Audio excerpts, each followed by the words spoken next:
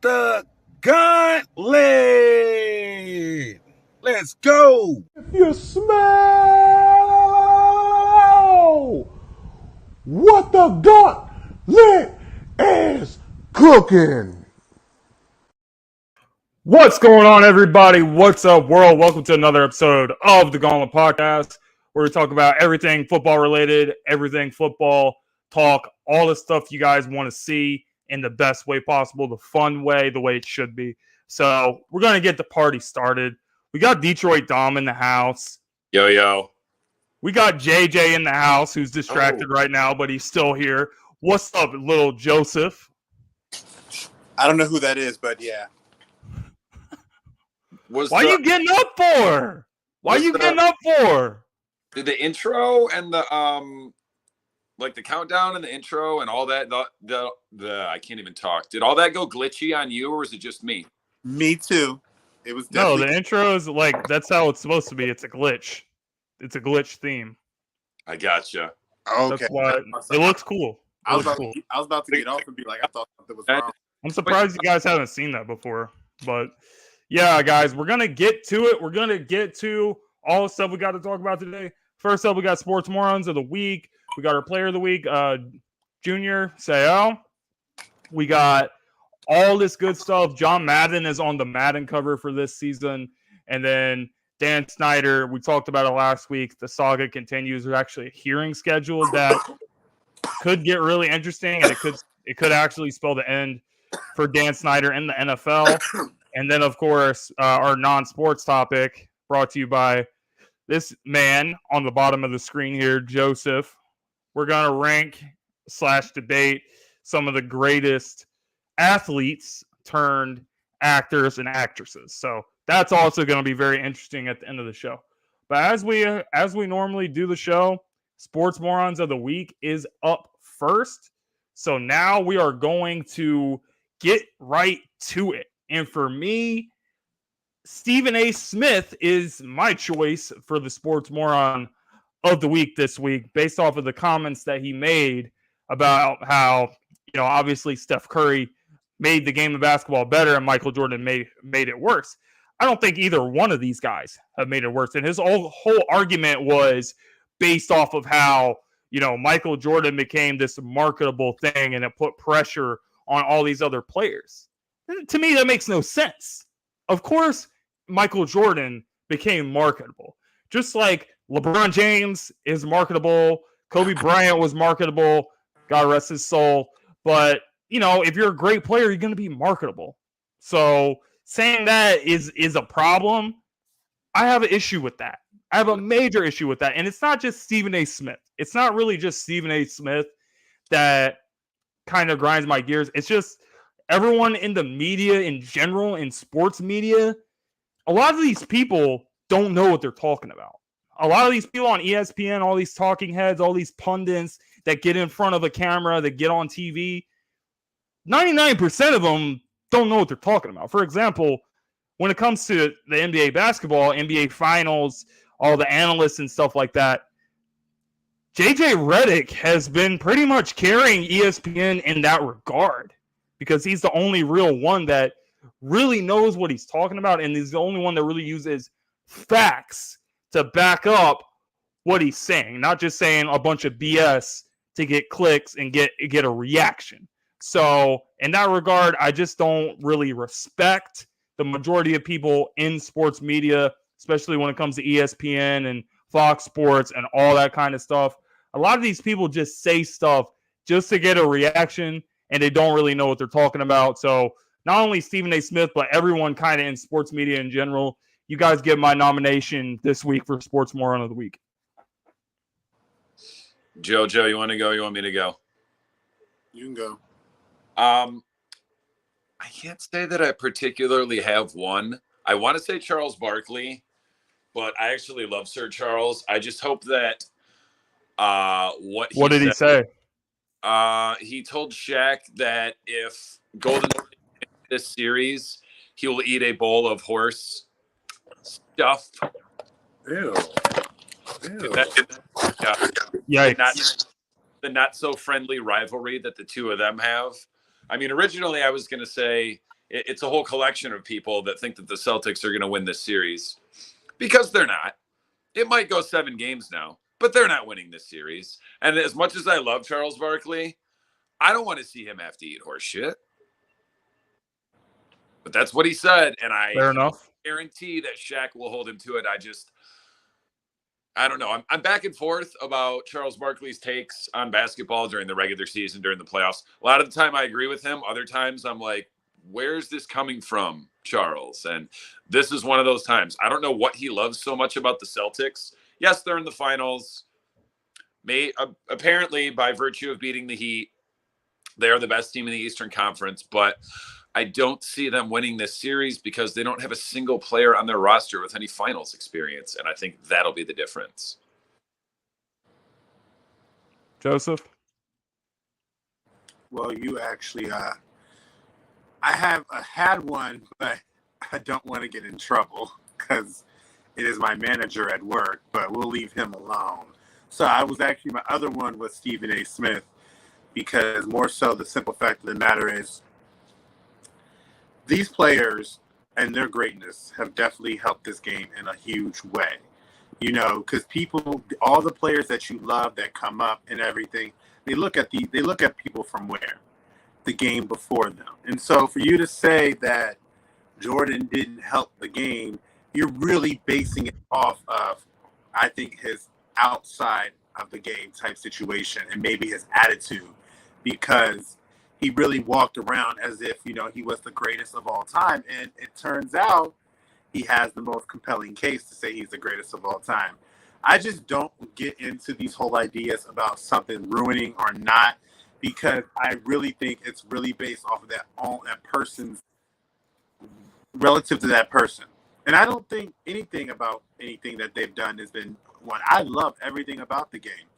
It's finesse, sure, but I love that because when I was talking to you guys, where Steph brought blacktop basketball to the NBA. Everybody wants to shoot threes. Everybody wants to get out there. And Michael Jordan gave us a chance to really be and admire greatness. Kobe mirrored his game after him. We love Kobe. LeBron wanted to be like him. We like LeBron.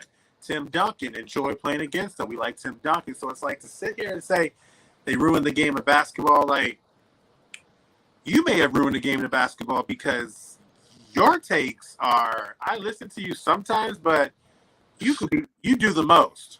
So Exactly. And that's actually why Kevin Durant actually called out Stephen A. Smith and a few of the other analysts this week. And, you know, there's a lot of backlash that he received for that because, you know, Kevin Durant's a player and players aren't allowed to, like, say anything that's on their mind on Twitter, apparently, you know, and I don't even otherwise, these other analysts, anytime a player says, you know, they disagree or they think what they said is ridiculous, they take it as like a personal shot towards their character.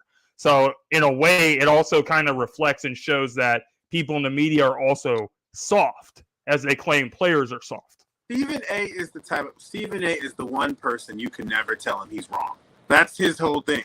He does not want to admit that he's wrong. And that's why I don't respect him. To be honest with I never had a ton of respect for Stephen A. to him in football conversations at all. Like, nobody gives him any, because like Absolutely, Grizz. Remember when he at the end of the day, when you look at people like JJ Redick and you look at all these other people, like I like Chiney Agumake, I like Candace Parker and stuff, they have no problem saying, you know what, I might have been wrong on that one. And yet, if you look at how they play their game and their sport, they're some of the most confident people in the world. But it's like, you're not perfect. And I think Stephen A.'s ego, knowing that he's the top biller at ESPN, at the highest payroll, the highest guy, it's really gotten to his head. And to him, I think because he pushed Skip to Fox Sports and disputed, he really feels like his word is law. Like, he really feels like he can talk to Yeah, and he also ran Max out for the same reasons. Max Kellerman. Gary Champion, another one, a moderator. Like, you just, you know your stuff, but understand that you also can be humbled. And you can sit here and think that you may know it all, but you don't. Man, that man called Dwayne Haskins a mobile quarterback. When he said that, I was like, I'm done listening to you about football, Stephen A. Smith. I've never. Stephen A. Smith is he's he doesn't really know that much. He's not even that good of a He's passer. not like when it comes to sports, in general, he doesn't know that much. The NBA is the one sport that he knows a little bit more about, but even with the NBA, I still wouldn't say that he's the most knowledgeable on that network when it comes to overall knowledge of basketball. What Stephen A. Smith is really good at, though, is he's just really good at talking. He's got like a dynamic. He's got like a dynamic personality. He's got a thesaurus. He's always using words that nobody knows what they mean, so he can attempt to sound a little bit smarter than what he actually is. So when it comes to Stephen A. Smith, anything that he's ever said, I just don't respect it that much because I just don't see him as a person that has that much knowledge. I have to give him his credit in basketball because that is his forte, and there's a lot of things that he has said over the years that I have agreed with. And I will give him credit on Philadelphia sports in particular because that's his upbringing and that's where he came from. And so when he does speak on certain things, he has had a little bit of merit on that in boxing to a degree because he did follow the old boxers of the day, like, Sugar Shane, Sugar Ray, things like that. But basketball really is his deal. And I think some things, like I take it back to one thing, the one thing I'll never forget that I agree with Stephen A. is when he fired back at Allen Iverson for what he said about wear what you want to wear when you got into the league, because he basically told Allen Iverson, when you was trying to get the millions, you came in there dressed like a suit. Just because you made it, you can't tell these people to dress like that after you made it, because you dang sure wasn't dressing like that coming into the meetings. And I have to agree with him on that one because it was true. And so I was like, basketball, I'll give him his credit, but football, I really pay him no mind. Well, and to Grizz's point, I really got to disagree with you saying about how, he knows his stuff about Philly sports because that was his upbringing or whatever. The problem with Stephen A. Smith is anytime there's a topic about the Eagles or the Sixers, for example, he'll always say, oh, well, I worked in Philadelphia for 17 years. I was at the Philadelphia Inquirer. That doesn't mean anything, bro. You were sitting in an office. You were sitting in a room. You weren't doing anything. You don't feel the energy. You don't feel the passion of the city. Like he's trying to push that narrative out like, oh, I know the city. I know everything about this city. I know how this city is. He doesn't know anything about this city. He literally sat in a room and was writing articles. That's what he did. He doesn't know anything about the city. He's not from Philly, is he? I thought he was. No, he's from New York. I thought he was in the locker rooms reporting and stuff like that because he did talk about his connections that he had with people within Philadelphia. Yeah, it's so long ago, who remembers? But anyway, guys, I guess that's it for Sports Moron of the Week. We pretty much unanimously agree. Stephen A. Smith and his receding hairline are the number one winners for this week. So congratulations. Congratulations. His hairline is clapped, Joseph. His hairline is clapped. There's no way to avoid that. Same haircut for his hairline's clapped. I'm just imitating Stephen A. right now because he's like, I think you're very, very wrong. He has a very long, arduous process. You're wrong, and here's why. Like, just shut up, bro. Your hairline's clapped. Just take a seat. Nobody wants to hear about that. But Junior Seau is our player of the week. Played 20 seasons in the NFL. He was a 9-time All-Pro selection. 6 of those selections was first-team All-Pro. So the guy had an outstanding career. He was a major, major part of leading the Chargers to the Super Bowl, which they lost to the San Francisco 49ers dynasty in Super Bowl 29, lost that game 49-26. He was a major part of that. Got into the Pro Football Hall of Fame in 2015, 379 solo tackles for his career, the 18 interceptions, the 18 forced fumbles. Played a few years with New England before he ended up retiring. So, what's up? You said 379 solo tackles in a 20-year career. Are we sure? That's the numbers that I looked up via Pro Football Reference. So, yeah. I mean, overall, he's a beast. He's a great player. But beyond that, he was a great man. He always had his foundations, and he was always like a big, major part of his community. And, just somewhere along the way, upon his retirement, that's when you really saw him lose his way. and he started having a lot of mental issues. He started becoming a major alcoholic.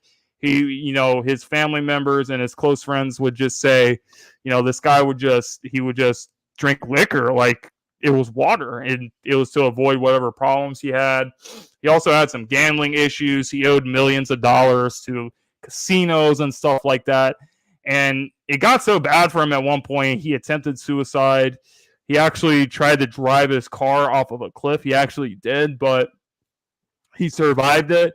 And then, he ended up committing suicide later on in his career. So I think that when you're looking at a player like this, obviously great player, definitely deserving the Hall of Fame, all that great stuff. But this is where people got to realize that these players are not just, players for entertainment. They're human beings, and every human being, has their shortcomings. I have my shortcomings, and sometimes I've needed to, talk to people and try to get help for myself so I can be on the right track, so I can be the best I can be, and a lot of people in the world, fans, they don't really look at it that way. They're just like, oh, these are great players. These are, for our entertainment, but they're human beings.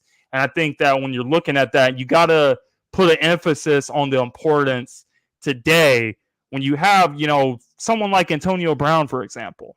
Obviously, he's got a lot of issues and people have made fun of him. And I've even made fun of Antonio Brown. I've called him Antonio Clown, but, the guy needs help.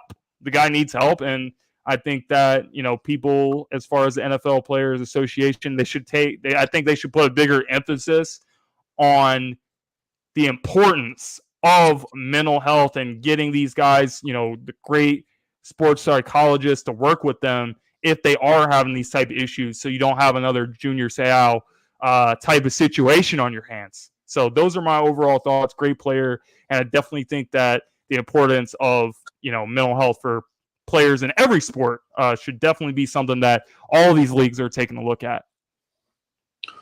I will sit here and say, I think we look at these players and these people that we admire and maybe mirror ourselves around if we play in their respective sports as literally glorified, human beings, superhumans, so to speak, super powerful heroes, and that not realizing that they're just like us. And I think one thing I've learned about certain people is that over the years, especially with the Junior Seaus, and you mentioned Antonio Brown, is that I don't really sit here and going to decide whether they are fit to speak or whether they're not fit to speak. Because, for example, in Antonio Brown's situation, this is a caveat. He didn't like Bruce Arians, and now Bruce Arians is gone. And so obviously there was something to him speaking about that and not quitting on the team, but acting the way he did, because other people like Tom Brady felt the same way. Junior Seau, to me, when I first started playing Madden in 2002, I played with the Chargers, and I was always Junior Seau because him and Derek Brooks were my two most favorite outside linebackers of their time, and they're literally neck and neck for me. Like, if I create an all-time team, and I do this pretty often with a lot of my friends, if I don't get Derek, I'm going after Junior. If I don't get Junior, I'm going after Derek. And Junior's had a lot going on. And when you are a high-profile player and everybody's all up in your face, like, how many of us humans want to be alone? How many of us humans want the chance to breathe, want the chance to sit here and not being able to do this? He had a lot going on in his head, and I think and he, like I said, he's the catalyst to why player safety is the way it is, because when he passed away, we found out so much that was hidden that I think a lot of people knew more than they were saying at that time. But once it happened, you had to now make these changes, and it made the game better for people, whether they like it or not. Sure, it's not as hard hitting and things like that, but if you look at some of those hits and stuff like that, that could seriously damage you. And if you look at some of these players and how they feel after playing this game, it's crazy. I bring up LaRon McClain. LaRon McClain has the same issues that Junior Seau experienced mentally. Like, some days he doesn't even feel like he's a person. And some days he's crying for help, but because we grew up in a world, especially during Junior's era, where you have to sit here and just tough it out. You're okay. Don't worry about it. You'll get through it because you're a man and this like that. I don't know where in this world I'm going to sit there and be the first one to tell every man in this world, It is not a problem to sit here and express some emotion. If anyone tells you that you cannot have emotion, they don't know how the word emotion means, because emotion shows that you're human. And Junior was human. And now we found out what happened to this lost man when he passed away. But he was a phenomenal player. I'm glad he got a Super Bowl with the Patriots, because I loved him growing up, and I always wanted to play with him. Junior Seau. I'll try not to go too long on the dark last chapter of his career, but one thing I will say, and since both of you brought up Antonio Brown, based upon what they knew, the state of Junior Seau's brain, and I've said this for a couple of years now, I hope and pray for people, especially Antonio Brown specifically, and I've said his name before, I hope they can find a way to examine live brains for CTE. And if Antonio Brown isn't the first person in that line, if that sort of medical technology becomes a thing, then he's a fool. Although at the same time, you sit there and think about it like, okay, like let's say they can diagnose CTE in a live brain. There's still no cure for it, and it's chronic and degenerative. So I feel like some of these people, and potentially someone like Antonio Brown, not really sure, can't say one way or the other, they may not want to know. Me personally, I would want to know, because I didn't even play sports for that long, but I had several concussions from sports and a few others from some alcohol-related mishaps, and one from just being clumsy. But I feel, and I did a bunch of research, and I freaked out for like a month or two, and I was like, oh my God, do I have CTE? And I'm like, you know what? Even if I do, like, does it really matter if I know or if I don't? But anyways, back to Junior Seau, the player. Great player, top 5 or so linebacker of all time. It was either, I would say, him or maybe like Lawrence Taylor, maybe Chris Spielman. Those were like 3 of the first ones that I really keyed in on, at a young age when I was first becoming a sports fan. And I was like, when I saw Junior Seau or Lawrence Taylor, I was like, man, I wish the Lions had a linebacker like that guy. Then we got Chris Spielman, and he was really good, but clearly he's not on the level of Junior Seau or Lawrence Taylor or several others. He was damn good, probably the best linebacker of my lifetime. But yeah, can't say too much more about Junior Seau. Great player, great career. Sad how it ended. Very sad. Tragic. I know we got to get to the next topic, but I just wanted to say this one thing. When we talk about Antonio Brown, they always bring up certain situations that came with him. How many toxic relationships are with people and their baby mothers and stuff? So that's the situation they use with him to say that maybe he's crazy or things like that. When you sit there and look at everything that people that have custody battles go through, he ain't doing anything different from what they've been doing. If not, they've been worse than him. So it's like, I don't know how you can justify that as saying, oh, he might have, this and this. To be honest with you, I honestly said, when they said that, I'm like, I kind of feel for him, because I think sometimes people, like I said, you're not doing it consciously. I think subconsciously we elevate people to certain levels, and then when something goes wrong in their life, we then pinpoint it to say, oh, you ain't this. He just unfortunately is a man that's going through some crazy trauma with his children's mother. Right. But keep in mind, the first issue he had with the league was old, outdated technology of a helmet, and him wanting almost all but refusing to switch. Okay. Plus, small dude, and he, right. He didn't like Bruce Arians. Bruce Arians was gone. He didn't like Mike Mayock. What happened with the Raiders? Like, it's like he seems to be on point about a lot of things that people were kind of like getting on him up. And one thing I've learned about this world, some of the most revered people in this world were considered crazy during their time. True. So it's like, just please all geniuses talk to themselves. Like, Thomas Edison or Albert Einstein, because Archimedes, even go back to back then, all of these people were considered crazy, but now they're revered because they were like pioneers. And I think, but that's a tangent. So that's neither here nor there. Right. Yeah. Hopefully, hopefully Antonio Brown doesn't end up going down that road, because I don't want to see that happen to anyone.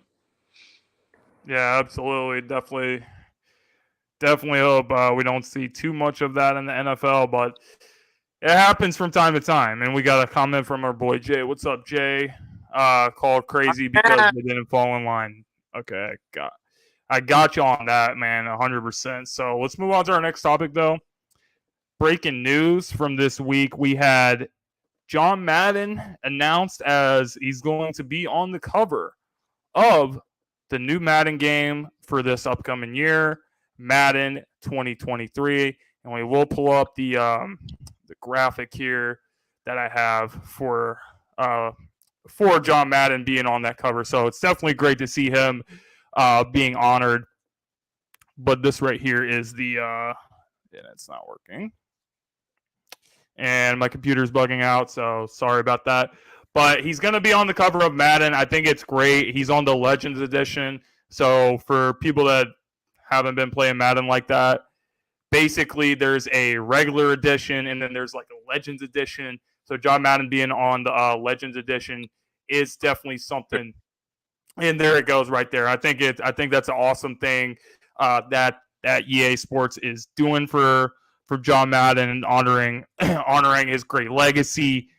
Obviously, you know, anyone that's played Madden before knows how much that this guy had an impact before he passed away. I mean, when John Madden used to be, you know, the commentator on the old Maddens, that's how, you know, a lot of people that didn't know the basic rules about football, they would play the games, they'd play the video games on the PlayStation or the Xbox or whatever, and then that's how you would kind of be able to learn more of the rules and stuff. So John Madden, a legend as a coach, Super Bowl winning coach with the Raiders, all that. I definitely love for him to be getting this honor after he unfortunately passed away this year. He hated me because I would never take a knee. He'd be like, just take a knee and let the clock run out. I would never take another freaking knee when it was coming to that thing, okay? I think anybody under 35 and under, and I'll let you go, Dom. I just want to say this one thing. I think anybody 35 and under really had impacted by Madden, be honest with you, because Absolutely. I grew up on football because of Madden.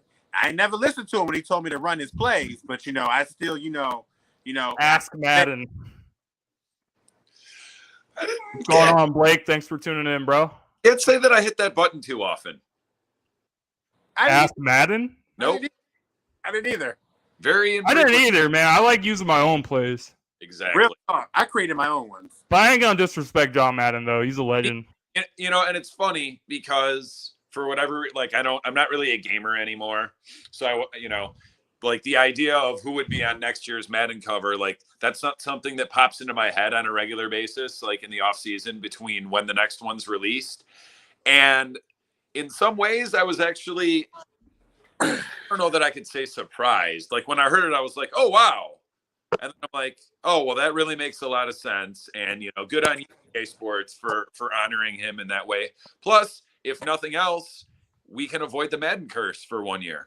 Because God forbid they put. Well, there's probably still going to be another version. Like the regular version will probably have someone else on the cover. Jared Goff? As far as I know, I'm not 100%, but it's saying that. Didn't they do? I think that this is for the Legend Edition because there's usually like a Legend Edition.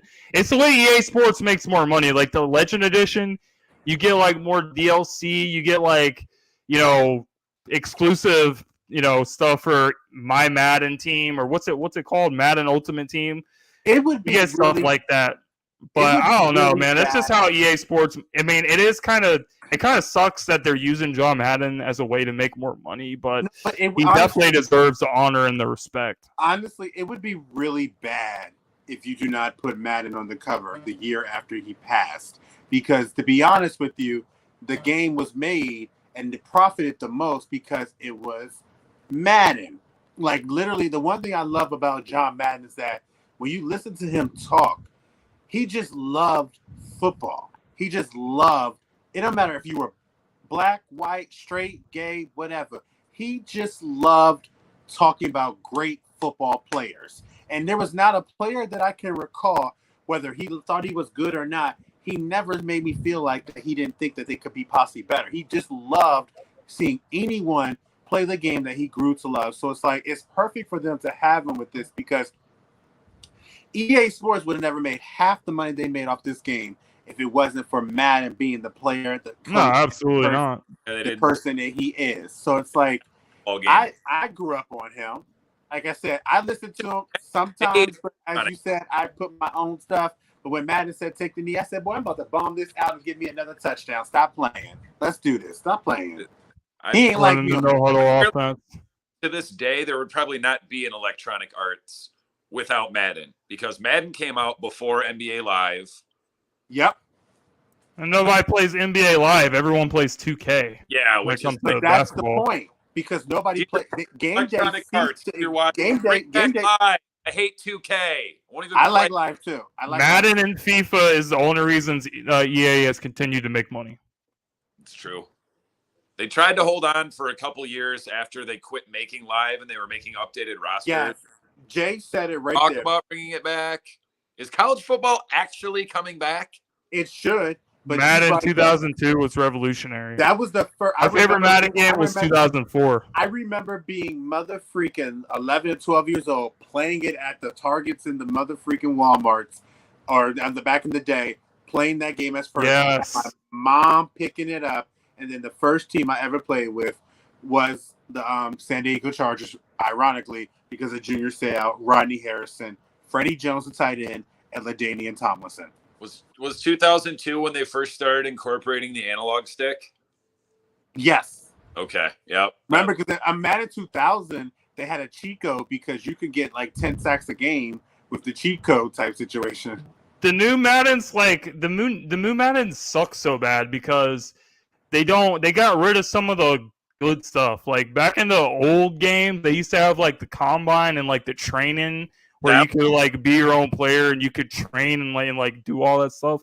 They got rid of it, and now like franchise mode, like it's so stupid and lame. Like, yeah, I mean you can get a bunch of your friends online and make a league and it'll be fun, but like it's just not the same. Like it doesn't have the same vibe anymore. Do they still have Madden definitely went downhill. Do they still have the teams like Echo Unlimited and like the Canadian teams and things like that? No. I haven't played Madden since PS2 because I'm impartial to PlayStation 2. But Blake says college football is coming back in 2023. Like it just to the point about the last EA college game was it 2014? Shoelace on the cover. I honestly think they should dedicate a lot. They had like a Michigan player on the front. Yeah, I think this season should honestly be dedicated to Madden because he's one of the most notable coaches and he was one of the best broadcasters of all time. And so it's like there's so much impact that he has put. That started with this game. I think that they should continue and kind of make this season in honor of him because if he was live right now, he would love everything that's going on. Well, what would you do to honor him? Like have like a patch or something or like a sticker on your helmet? I wouldn't be surprised. I would love for them to make like Madden's put his face in the middle of a freaking logo for middle of the field for every single team stadium just for a year. Just for a year? That would be cool. Yeah, I don't know if that's going to happen, but they might do something. Imagine say you're at the 50, but halfway between John's face on the left side and John's face on the right side. John Madden was the funniest broadcaster, bro. He used to like, I don't know, but he just used to say the most obvious stuff. Like, yeah, if you want a chance to win this game, you gotta be able to score some points right here. Like, you gotta be able to outscore your opponent, like and all that kind of stuff, man. Like, and that's why he was a legend. He wasn't. And he was instrumental to your point, James. He was instrumental in getting the world to. He wasn't boring like a lot of announcers of today. But he was he was instrumental. If you look back in the day, he was a big reason why the Raiders became the pioneers for integrating African American players over here because he loved them. He loved the Lester Hayeses. He loved the Mike Hayneses. He loved all of them because he knew they were great football players and smart. And a lot of the reason why because African American players became more That's a good idea, Blake. Liked is because of him. Blake says they should dedicate a Madden award that I could to the NFL rewards. I agree with that. The Walter Payton Award for like community service. I mean, That'd be cool. To me, like, is there a name for the coach of the year, or is it just coach of the year? It's just coach of the year. It doesn't have a Hey, name. there you go. That's a great idea. That should have been the. That's awesome. Been the John. That is awesome. Year. That is Yeah, awesome. John Madden and Pat Summerall, the greatest tag team of all time. It's not even close. I'm going with Demolition. Okay. You said tag teams. Greatest announcing duo for sure. That's what I'm saying. Like, obviously, I'm talking about announcing, Dom. I'm not talking about some WWE crap. I wouldn't really pick Demolition, but we're not talking not here. I'm not talking about Dark Side of the Arena or whatever you guys watch on Netflix. You kids these days in your WWE. I watch WWE, and I don't even watch AEW. I just listen to Jim Cornette criticize the hell out of it. I don't listen to it either. I just listen to Jay and Tyler talk about it. Right. And all my other friends that like wrestling. It's definitely not what it was. Yeah, Dingbat Dom. See, you just got a new name, bro. Someone called me a dingbat? Dingbat, yeah. Speaking of dingbats, we got Dingbat Dan Snyder and Roger Goodell are being called to a hearing. So obviously we're talking about the Dan Snyder situation last week, how owners are like kind of getting fed up with him. As far as like the investigation goes with the sexual harassment and, you know, faking wages and doing all the shady stuff that Dan Snyder's done, it is coming to the next level. And the next level is we're going to see the Oversight Committee get involved. And there is a hearing that is scheduled for June 22nd, I believe, is when it's scheduled. So pretty crazy stuff here. Dan Snyder looks like, in my opinion, however this hearing goes, I mean, obviously Roger Goodell's there. Roger Goodell and Dan Snyder, I believe they have a relationship in which, in my opinion, I really strongly believe that Roger Goodell also has to be held accountable for some of the things that has happened in the NFL under his guidance and his leadership. Because not only is Dan Snyder obviously being a shady person, as he has been for the entire time he's been associated with the formerly known as Washington Redskins and now the Washington Commanders, this guy is a shady piece of crap. There's really no way around saying that. But Roger Goodell, you're a guy that's been sitting here covering stuff up.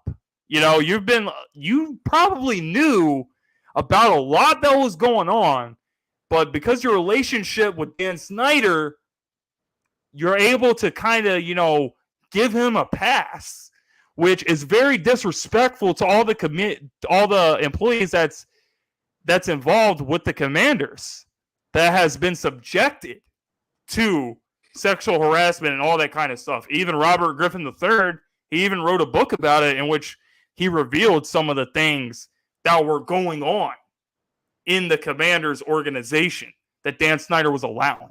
So, in my opinion, not only does Dan Snyder have to be accountable for what he's done, but also Roger Goodell. You're the leader of the NFL. You're the reason why the NFL has had a lot of issues. And you gotta take some responsibility for your actions, Roger Goodell, as does Dan Snyder. So whether that means they get kicked out of the NFL or Dan Snyder has to sell his team, I think that definitely should happen. I think Snyder should be forced to sell the team. But I also think something got to happen with Roger Goodell. I think Roger Goodell should also be fired because he is a terrible, awful, garbage, trash. Did I mention trash commissioner? And he needs to get out. He should be accountable. I want both these guys out of the NFL. So you know the league was going broke before he got in there. Now these players making more money than they ever believed before. It's because it's not because of him. Because people love this game. Hold on, it actually is because ever since Roger Goodell, that's what it's a dicey. If you want to go down this road, then understand this: Roger Goodell has helped make the NFL more money than they could dream of because it was on its way to being bankrupt because of Paul Tagliabue. Money does not cover up what he has done. Agreed. That's what I'm trying to tell you. Hold on. But what I'm saying is, if you going down this road, you better have a replacement that can at least keep the money up there. I'm confident they can bring in somebody that can do better. Roger Goodell brought money. Roger Goodell be able to make these players make. We were talking about players making $500 million. Players are bringing money, not Roger Goodell. No, you're giving Roger way too much credit, brother. That was his calling card coming in. His calling card coming in was making money. That's why he was appointed, because Paul Tagliabue was all about the players, and the players were running teams broke. Now Roger Goodell got in there and they made money. So yes, I agree. Roger Goodell was cooking the books, possibly, whatever the case may be, for Dan Snyder. But if you going down that road, you got to be prepared to remember that man makes a ton of money. Roger Goodell's trash. He's a terrible person. I get that. But the thing is, though, these players getting these contracts that they're getting, they wouldn't have got it if Roger Goodell wasn't the commissioner at some point in time, which is why they bent over and let him be judge, jury, and commissioner and executioner, because they never would have had $200 million contracts, $300 million contracts, $500 million contracts without him as the commissioner. So it's literally, if you want to go there, Denzel, Jay, whatever, you better have somebody be able to bring it back in this. I'm not saying he needs to be held accountable, but there is a reason why he is staying there, because every year the NFL is making more and more money. And when you talk about who is attributed to that, why they make the money, the players get it, the owners get it, but it all starts and ends with him. So if you want to get rid of him, you got to get rid of him, and you better make sure somebody will come in there and keep it, because if you bring somebody in there and the NFL starts dropping, I'm confident they can get someone better. But now that you've addressed everything that I said, why don't you share some thoughts about the situation? What do you think's going to happen, Joseph? How do you see the situation playing out with Dan Snyder? Do you think he's this is a bad sign for him? Is he out? What do you see happening? Oh, I'm thinking okay, is this going against the U.S. Supreme Court? Is this what's the hearing? Is this who's hearing them? What the hell? It's the Oversight Committee. Yeah, I believe it has a lot to do with how I know he was covering up the wages and all that kind of stuff, but he's also being investigated for the sexual harassment. If you going down this road, be prepared to get your hands dirty, because trust and believe, the two people that you're bringing into question, Roger Goodell, especially Dan Snyder, when you're a spoiled brat like Dan Snyder, can you see what he said to me? Because I feel like I didn't see that part. He says that all you're basically saying is we got to get somebody that's good at making money, like Roger Goodell is. But now back to the point. When you're a spoiled brat, the number one thing you do when you're being put on blast is you're going to take everybody else down with you. So if you're ready to go down this way, Oversight Committee, you're basically saying the gloves are off. Now you're ready to play with these boys, because trust and believe, Dan Snyder ain't going down without a fight.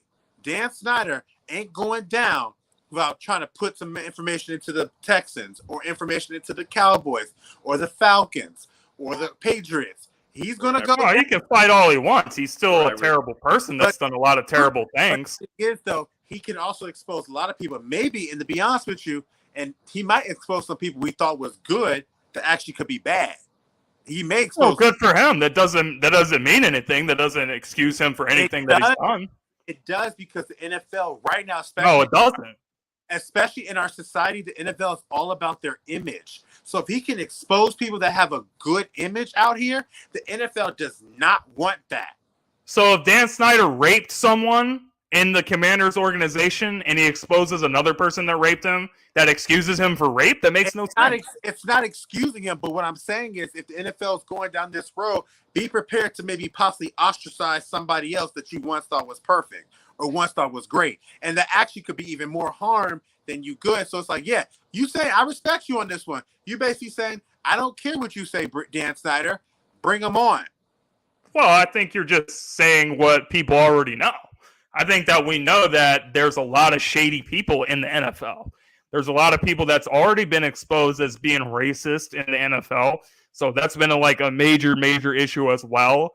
And as far as sexual harassment and all that kind of stuff going on in organizations, I'm sure that there is a lot of that going on. But what my overall point is, no matter how much of that is going on, that's more of an indictment on Roger Goodell. That's another reason why I think that you got to put some of the accountability and the responsibility on him, because these things under his leadership, these things continue to happen, and these owners that are billionaires are continuing to pay off, these young girls that are being victims. And it's absolutely disgusting to think about. But we're sitting here, have no problem. And I love this dude as a player and everything. We're sitting here trying to feel sympathy for Deshaun Watson. So it's like, I don't. So it's like, at the end of the day, yes, I don't know who's doing that. It may be under his tutelage. The NFL at this point pretty much sells itself, in my opinion. I believe they could get a replacement making just as much good money as Goodell was /is. I agree. That's easier said than done. Trust and believe. The NFL will be fine. All right, we can't get distracted. We can't get back in the money debate. We can't get back in the money debate. No, because, I want to focus on what I just said, though. Like, obviously, Joseph, what you're saying is true.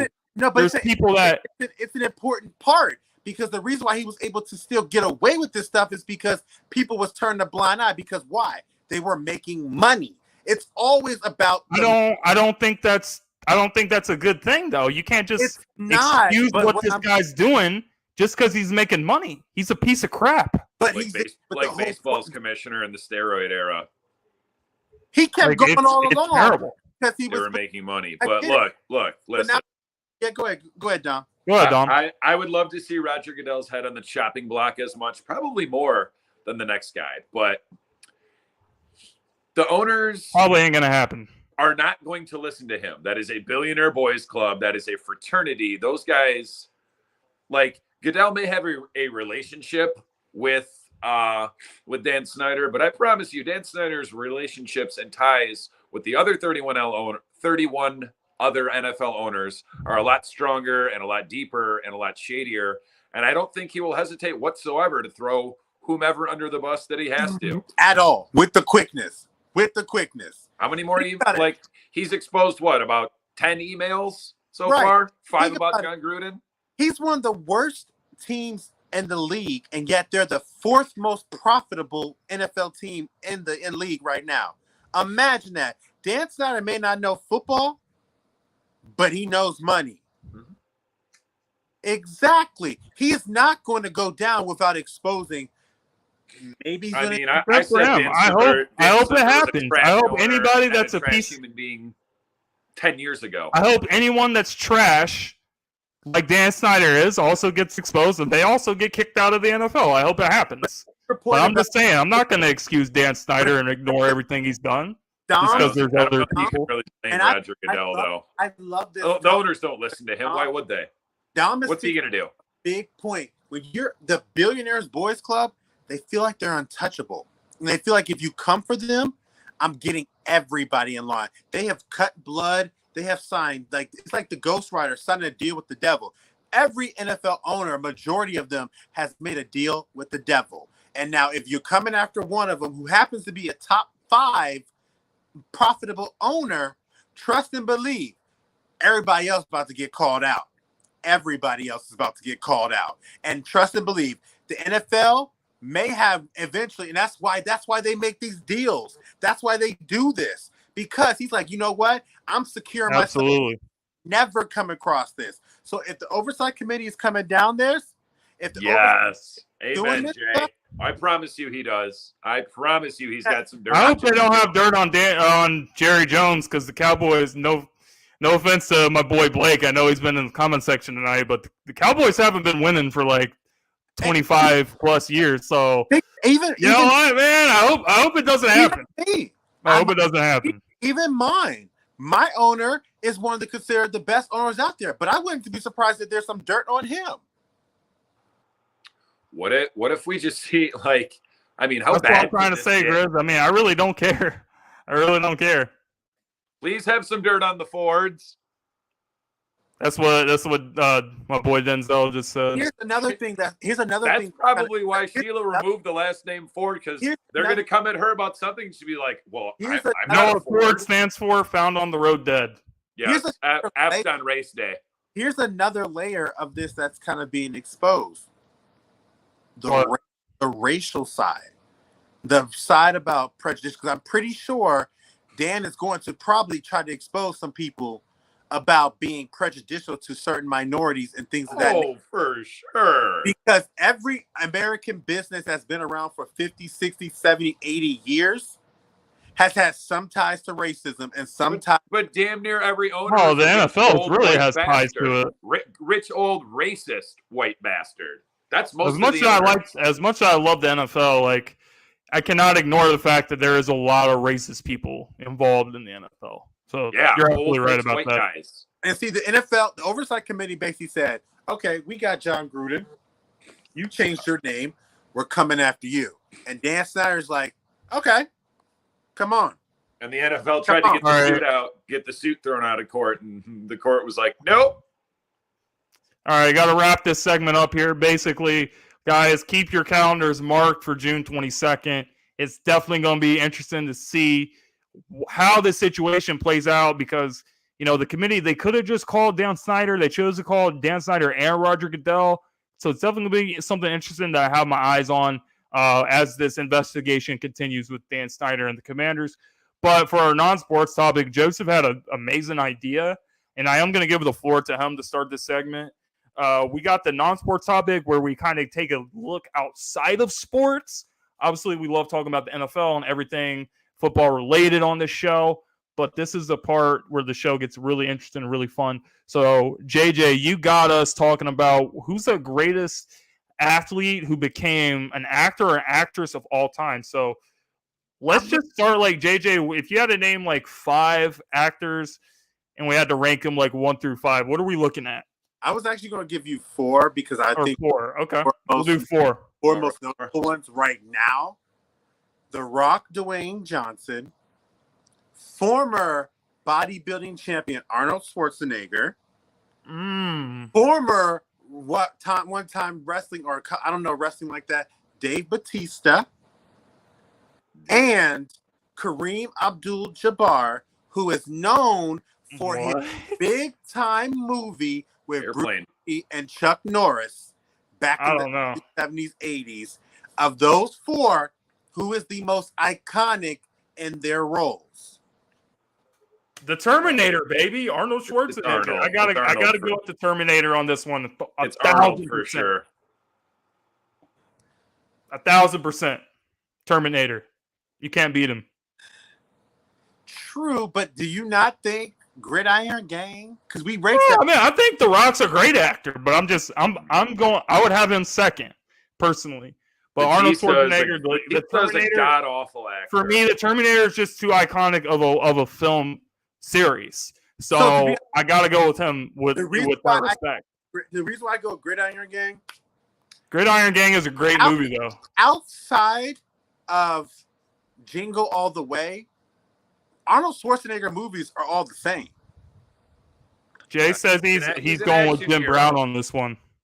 Very true. I was going to bring him up and everything and later on, but I want to do these 4 because I feel like people nowadays don't know Jim Brown's acting career, but they know these 4 more because, of course, Dave Bautista, Guardians of the Galaxy, you know, The Rock being The Rock with Gridiron Gang, you know, plenty of football movies. The Rock's had a lot of really good movies.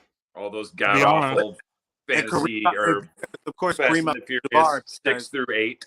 Yep. Of course, that's why I just got to give The Rock a lot of respect because he's a very dynamic person. You know, he has a lot of talents. Like he was going to play in the NFL, but he had a very short stint and it didn't work out. He went to the WWE.